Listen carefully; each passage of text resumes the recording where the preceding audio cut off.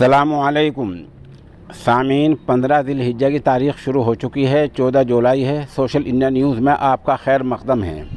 ख़बर का उन्वान है, सर तन से जुदा नारे का ऐलान करने वाले गौहर चिश्ती को गिरफ़्तार कर लिया गया है।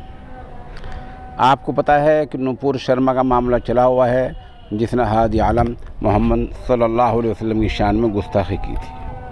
लगभग एक महीना पहले यानी पिछले 17 जून को गौहर चिश्ती ने दरगाह अजमेर शरीफ के बाहर ये बयान दिया था, नारा दिया था, सर तन से जुदा। इस नारे को मुतनाज़ा मानते हुए, झगड़ालू मानते हुए पुलिस उसकी टोह में थी।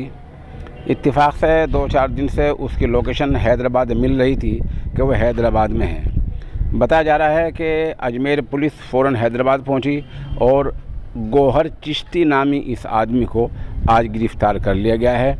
इल्ज़ाम यही है कि उसने नूपुर शर्मा के मामले को लेकर सर तन से जुदा जैसा मुतनाज़ा नारा दिया है, जिससे नफ़रत का माहौल पैदा होता है। ताहम अभी भी ये सवाल कायम है कि जिस खातून ने नबी अकरम सल्लल्लाहु अलैहि वसल्लम की शान में गुस्ताखी की थी, उसको अभी तक गिरफ़्तार क्यों नहीं किया गया है, ये सवाल अभी बाकी है।